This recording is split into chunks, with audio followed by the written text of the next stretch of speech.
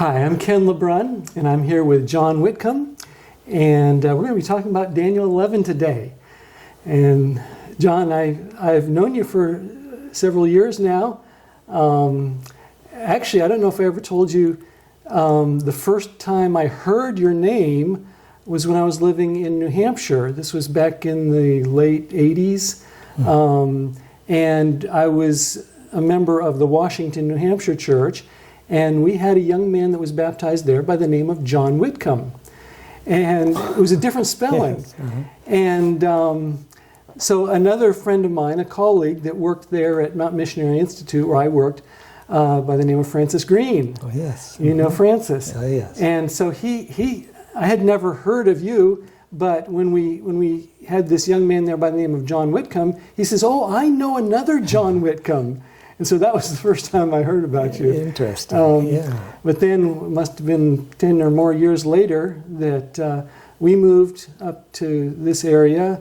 We accepted a call to pastor in the Upper Columbia Conference, and you were pastoring here at that time. That's right. You must have been in Spokane. Spokane or Wenatchee. Probably. In like 99. That would have been Spokane. Spokane. Mm-hmm. And then from there you went to Wenatchee. Wenatchee, yeah. And then from there to Oregon. Southern Oregon. Oregon Conference. Mm-hmm. And then to the Montana Conference. That's right. And now here we are both back here in Walla Walla. Yeah, that's right. So God has been leading. Mm-hmm. But you have an interest in Daniel 11. So tell me a little bit about it. How did you get this interest, and kind of how has the Lord led you in this? Sure. Back in the late 2009, probably December 2009, Tim Rosenberg, a friend of mine, he came to the Grants Pass area where I lived, and he presented his seminar on Daniel 11. And my church members asked me, "Pastor, what do you think of what Tim is presenting?" And so I didn't know, so I listened to his program. I listened to it a couple times. And I thought, maybe this is true, maybe this is right, but I don't know. I had never studied Daniel 11 before. I'd read it, and every time I'd go read it, I'd say, this is crazy. I can't figure any of this out. How does anybody know what this is all about? And so I just ignore it. And but then when your members are asking you, is this the truth that is being presented? And it is important to be presenting truth, because Ellen White said that many, she used the word many, would stand in our pulpits with the torch of false prophecy in their hands, kindled from the hellish torch of Satan. Now that's pretty serious. So you don't want to get into a pulpit and not be teaching true prophecy. Mm. So since I didn't know anything about Daniel 11, I've never preached on it. King of the North could have been Santa Claus. I had no idea of what this was all about. So, but when I was asked, what's Daniel 11 about? I said, I better figure this out. And I had recently become more interested in the writings of the pioneers, because Ellen White said, let their books be republished. And so I was reading some of the pioneer works at the time. So I thought, well, Smith, he's got a book on this. And I had in my library this book, Daniel and the Revelation. This is a 1944 edition, but I don't like reading from books that much. I like reading on my computer. So I had recently gotten the 2008 Ellen White disc, and the pioneer writings are on that. Mm-hmm. So I looked, and sure enough, Uriah Smith's book was there. So I figured it's the same as what this book is all about. So I sat down. It was in January, and I sat down and opened that up on my laptop and began reading. And I was learning things I'd never seen before. You can understand this. This is amazing. So I didn't know that it was the old version. On that CD, it says 1897, but it's actually 1912. And so it's this one, the original one. So that's what you were reading? That's what I was reading, and I didn't know there was a difference. Oh. But there is a difference. For verse 45, which is the really important verse to understand, this book has 159 words to commentary on that verse. But in this book, there's 2,299 words for just that verse. So that's a big difference. So, all I knew is, wow, this is amazing. And of course, the 2,299 words speak to the geopolitical climate back in his day, which is quite different from today. But as I was reading that, I could see his interpretation. I saw how he was interpreting, and I just simply updated it to what we have today. And so then I thought, this will make a good sermon. So I wrote out a sermon on this, Daniel 11. And remember, you don't want to get into the pulpit with a torch of false prophecy. So I better check this out with someone else. And James Rafferty was a friend of mine, and he's really good with prophecy. So I emailed him my sermon. And he wrote back saying, John, this is not right. This is wrong. And he sent me a little booklet he wrote on the topic. So I read his little booklet. I said, that makes no sense to me. Because he was saying the king of the north was the papacy, king of the south was atheism. Yeah, the king of the south was atheism. And I thought, this doesn't make sense. So we began corresponding back and forth.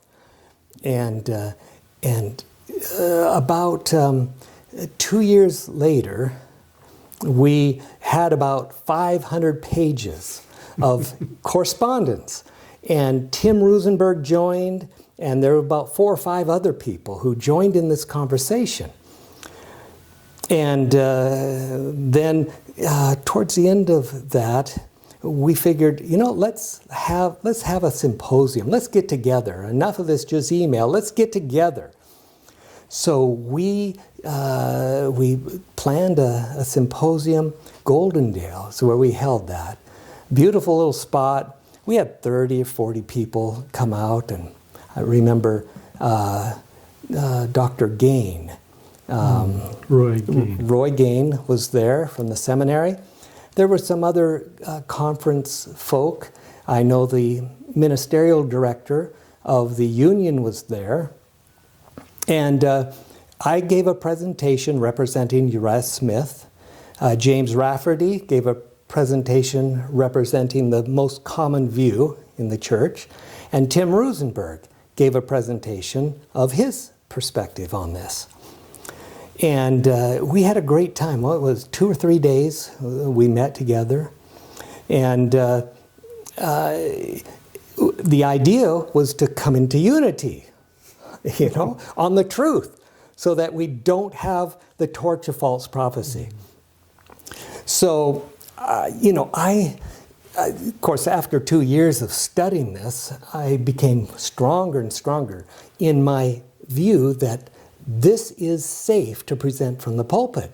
And I had collected the statements from Ellen White, endorsement of Smith's book, a page and a half of statements.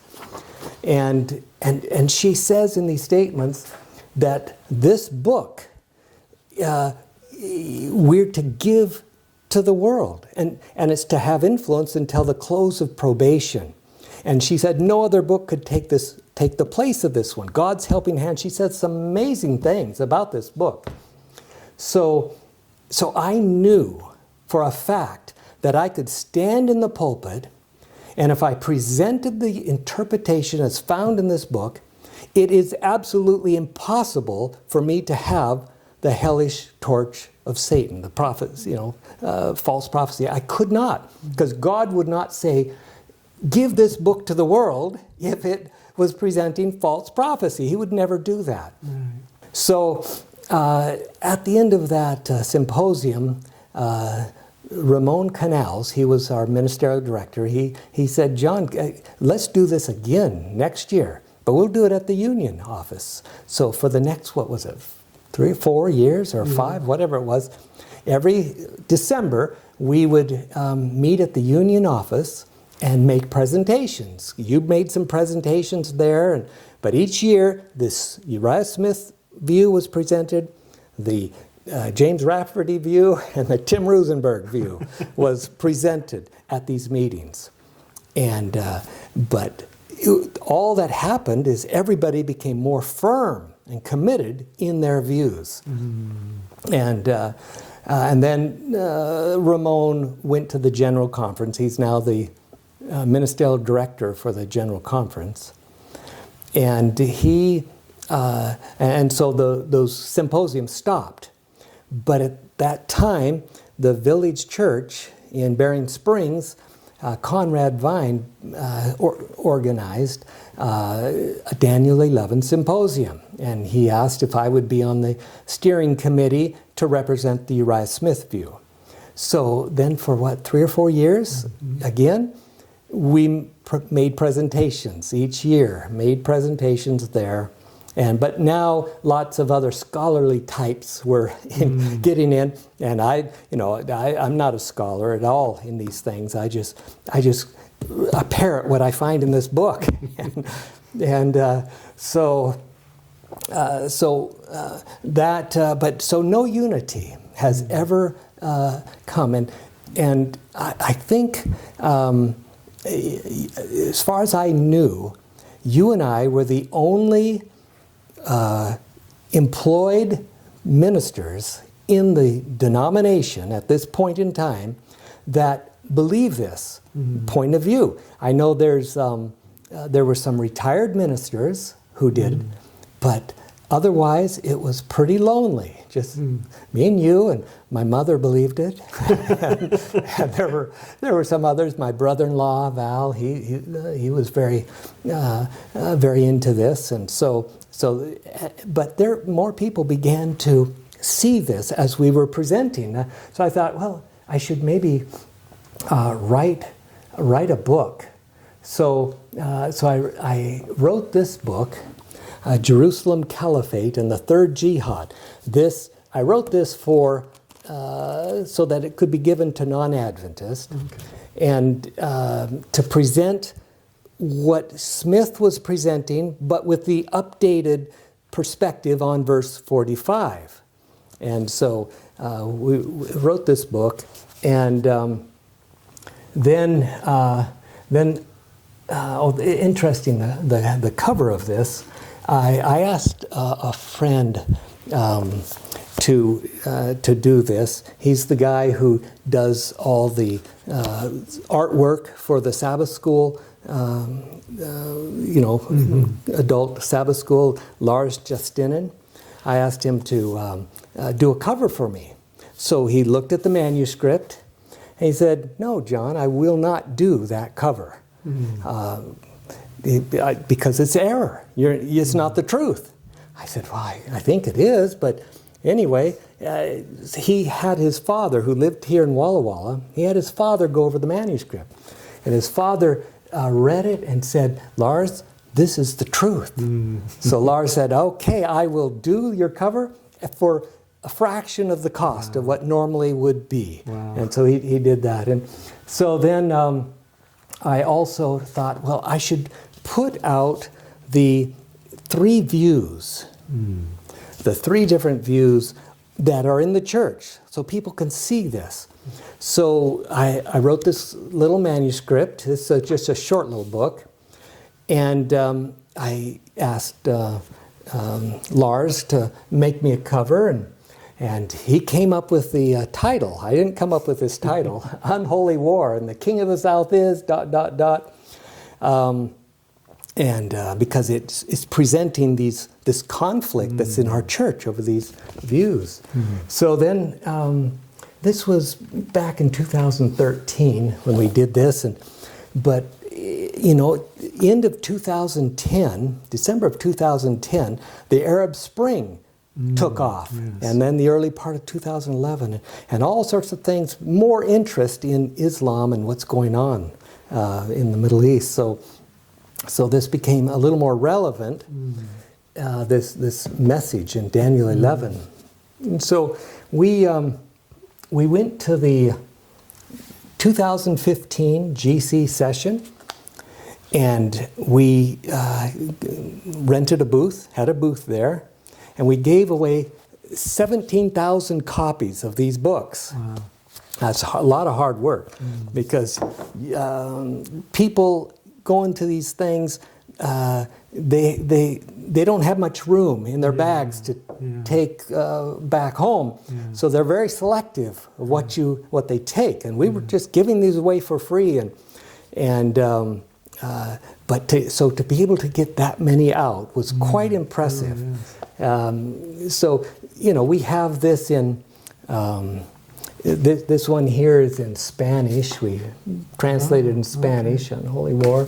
But all of these books are in Spanish, online, in Kindle, and PDF, and then, of course, the hard copy here. But they're all in Spanish or in English, and you can download them for free at Prophecy Waymarks, prophecywaymarks.com. You can't read that, but it's prophecywaymarks.com. Okay? And so you can download these. Everything's free. Everything's free to download. And if you say, hey, I don't like to read on a Kindle or a PDF, I want hard copy, then you just email me, pastorjcw@gmail.com, and I will send you as many books as you can distribute of any of the books that are on this website, prophecywaymarks.com. We don't charge for the books. We don't charge for postage. We're just thankful to find people willing to distribute this material. So you just contact me for those things. Also, I had another website called thirdwoe.com, thirdwoe.com, thirdwoe.com, and on that site you'll find all the documentation of all those, early years where we were studying this and writing little papers and things like that. So you can go to that website and download lots of interesting material. Very good. So there's a lot of learning that people can do. There's a tremendous amount of resource, and I've gotten emails from people who've discovered this, and they began reading, researching, studying, and there's many other small little groups here and there who are seeing, no, there's safety in presenting the prophetic views that are found in this book. Yeah. And if you come up with your own, it's going to be false prophecy. Because if this is true, then anything I would come up with that contradicts this, changes this, would not be true. This seems to be going contrary to the general opinion out there among Adventists. And I'm just wondering, why do people not see this? What is it that, what's the issue? The spiritualization, and that's what I couldn't figure out. When I read Rafferty's little booklet, it's all literal to start with. And then all of a sudden it switches to sort of spiritualizing, saying that the King of the North is now a religion and ideology instead of real people. So the hermeneutics are changed from the first part of the chapter to the last few verses. Yeah, and that made no sense. I saw nothing in the text that said to do that. And William Miller's rules, I was following those as close as you can. I think our pioneers did that. It was Ellen White's recommended those. And I found nothing that gave me the authority to switch. You know, if all of a sudden we saw, you know, lions with wings or something, then we know, okay, this isn't real now. This is literal. This is symbolic. And then you switch. But there's nothing in the text at all that indicates you should switch to a spiritualized type of view or do anything different from the first half of the text. And when you stay with that hermeneutic straight through, amazing truth is revealed. See, the assumption is that Uriah Smith was wrong. He had a failed prophecy. It didn't happen. And so we have to look for something else. Yeah. I know when I was teaching at Weimar, I used Uriah Smith's book, actually it was the 1944 edition, as the textbook in my Daniel class that I taught. And but when it came to Daniel 11, I was saying, well, you know, here he was wrong, because obviously it didn't work out the way he said it was going to work out. And so how do you address that? And because that's the general assumption. It was a failed prophecy, so we got to look for something else. We don't go by the newspaper. We don't interpret prophecy. It doesn't matter what it looks like. And yeah, in 2010, things were very different than they are today. In as far as the King of the North, as far as Turkey and everything that's been going on. Things have only moved in a direction to make far more sense that this is God's message to us that's found in this prophecy. So you just can't go by what it may look like at the present time, because things change. People say, "Oh, there'll be no Sunday law." You know, at certain times it doesn't look like that could happen. But stay with the Bible, what it says, and so we, as we were getting close to 2015. Well, in 2015, 50,000 pages of the Ellen White writings were released there at General Conference in July of 2015. Well, my wife has read every one of those pages that has been released. And through these released pages, a few statements came up on the Eastern question that we'd never seen before. So what's the Eastern question? Yeah, that Eastern question in Bible prophecy, that was the lecture that our pioneers used. They didn't use, which is Daniel 11, they didn't use Daniel 2. When they would go into a town, they would put in the newspaper, tonight, Eastern question in Bible prophecy. Well, that everybody knew what the Eastern question was. That was like Middle East crisis today, you know. Everybody knows the Mid East crisis today. Well, that's what it was all about back then. And so when our pioneers said they would present on this, people would come out. They would come out by the thousands. And they would hear a presentation on Daniel 11, 40 through 45, that would help them understand that this is God's Word. This is prophetic. This is the truth. And then they would go into an evangelistic series and raise up a church. So that's how our denomination was raised up around this country and overseas, was using the Eastern question in Bible prophecy. So when we saw these statements, we and my brother-in-law, Val Ramos, he did a lot of research. He found about 850 newspaper articles from this time showing this lecture being given all over the country, and the responses and results of that. And so we decided, 2020 GC sessions coming up.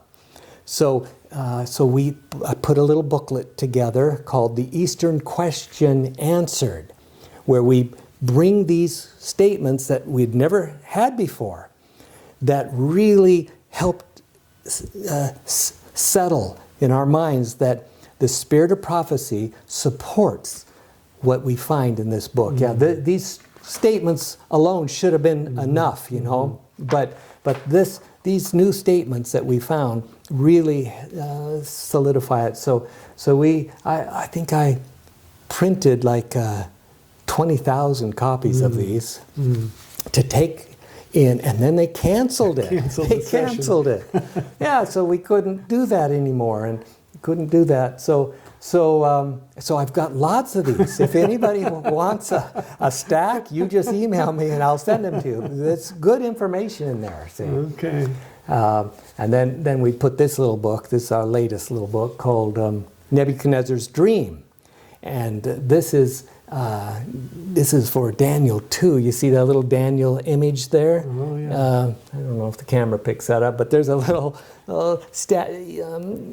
made out of with 3D printer. Okay. And we had these made these 8 foot 4 inches, you know, and you can go to d2image.com and see that, you know. But so you need a little booklet that a person can put in their back pocket when they're out on the street. We have one of these in Times Square, New York. They use it, and so when people say, "What in the world is this thing?" you hand them this little booklet, and in this booklet is Uriah Smith's sort of re-edited Daniel 2 verse by verse interpretation, and we put Daniel 11 40 through 45 in here too, and a little gospel presentation. So this is to share and give to the world. Anyone to give to the world. That's what that's for. And these here are available too for distributing. Very good. For free. Wonderful. Yeah. So it seems to me that people are just uninformed. I'm talking about our own Adventist people. They haven't really studied this, and so they're just assuming what they've been told is that Uriah Smith's prophecy didn't turn out, and Uriah Smith has gotten quite a bit of bad press because of his position in 1888 and those things. And so if Uriah Smith taught it, then it's probably not right. But somehow, I think if people realize that there's a difference between the principles of interpreting the prophecy and how that gets played out in time. Now, you mentioned the Sunday law. You know, we could say that those who were saying, you know, that the Sunday law could come back in 1888 were wrong, and so therefore it didn't happen, and so therefore there's not going to be a Sunday law because it was a failed prophecy. No, it just didn't happen then, but it's going to happen in the future. So that would be the same as with Daniel 11, verse 45. Absolutely, and I should say something about why why people don't like this. Lewis Weir came on the scene in the 40s, 50s, and he wrote and said, anyone who believes what Smith teaches here cannot receive righteousness by faith.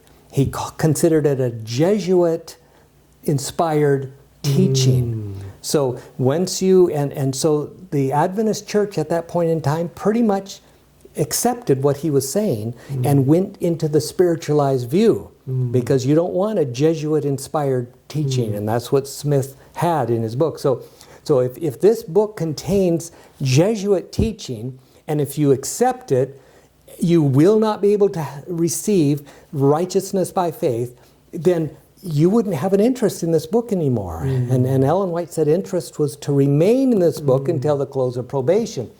So you wrote a rebuttal to Lewis Weir, and that's on thirdwoe.com. Yes, you can get that on thirdwoe.com. And I also wanted to mention that back in the late 1870s, our church believed that Daniel 11:45 was just about ready to be fulfilled. And let me just read what it says. Go ahead. It says, "And he shall plant the tabernacles of his palace between the seas in the glorious holy mountain, yet he shall come to his end, and none shall help him." So the idea was the king of the north, that's the he was going to come down, plant it there in Jerusalem, something, tabernacles of his palace, something was going to be planted there between the seas, Mediterranean and Dead Sea, glorious holy mountain. And so they thought that with this war that was taking place between Russia and Turkey, this was not Turkey, but Ottoman Empire, 1877, 78. And Russia was right there at the gates. And it was assumed by some of our missionaries that they would have to move to Jerusalem. Why Jerusalem? Because that was the Ottoman Empire's southernmost territory, city. So the idea was the Caliph and the Ottoman Empire leaders there would have to move their caliphate down to Jerusalem. From Constantinople Down to Jerusalem. And so the Russian, it was 1 million, I forget how many soldiers, but they were there. And there was a miscommunication that took place. And so they didn't advance. And then all of a sudden a plague hit them. And then the Western powers came to the rescue. So it didn't happen.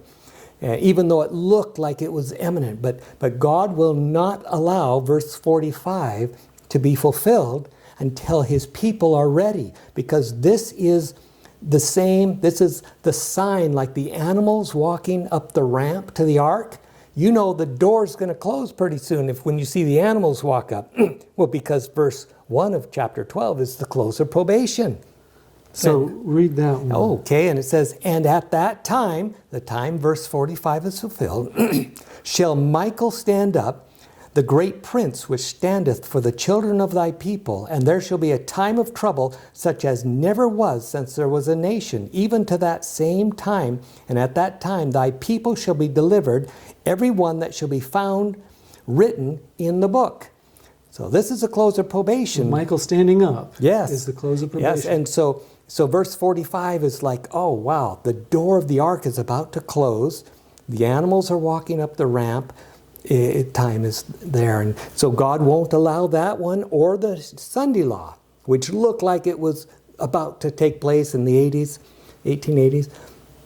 But both those were put on hold because of the insubordination of God's people. We're told we'll have to remain in this world a lot longer, wandering like Israel did because of insubordination. So, and then, of course, many things changed. In 24, the caliphate was disbanded, and the caliph was exiled. And the Ottoman Empire came to an end, and the Republic of Turkey. So there's no way for this ever to be fulfilled. Well, in 1928, the Muslim Brotherhood started. Their whole purpose is to restore the caliphate. The 1.6 billion Muslims, until they get a caliph sitting on at the head of the caliphate, they cannot achieve what the Quran tells them is their mission, which is the Sharia law across the globe.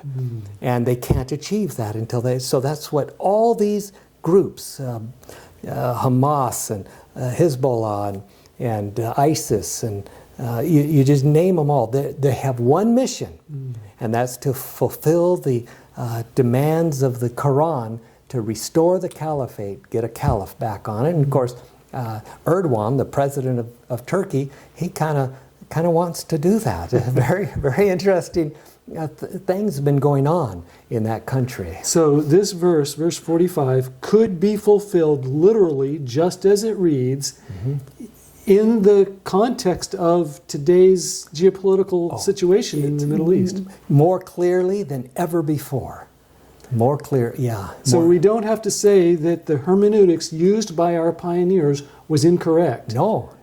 And we need to get back into the pulpits with the true torch of truth prophecy, because this would, if our people, our evangelists, would use this, like our evangelists did back in the 1800s, this would be a powerful entering wedge for the three angels message. Amen. And so that's why we want to see this restored. That's why we want you to write to us, ask for some books. We'll get them sent out to you. Very good. So what's the website again? Okay, prophecywaymarks.com. This is Prophecy Waymarks Publications. It's a nonprofit organization. Okay. And so you go to that website, and my mailing information is there, but it's pastorjcw@gmail.com. And you let us know how many of which books you want, and go to this website and you'll see all the books that we have available, and we'll send you out what you need. Well, thank you, John. Really appreciate you sharing all this today, and we look forward to maybe again we can do this visit together. Sounds good. Very good. Uh-huh.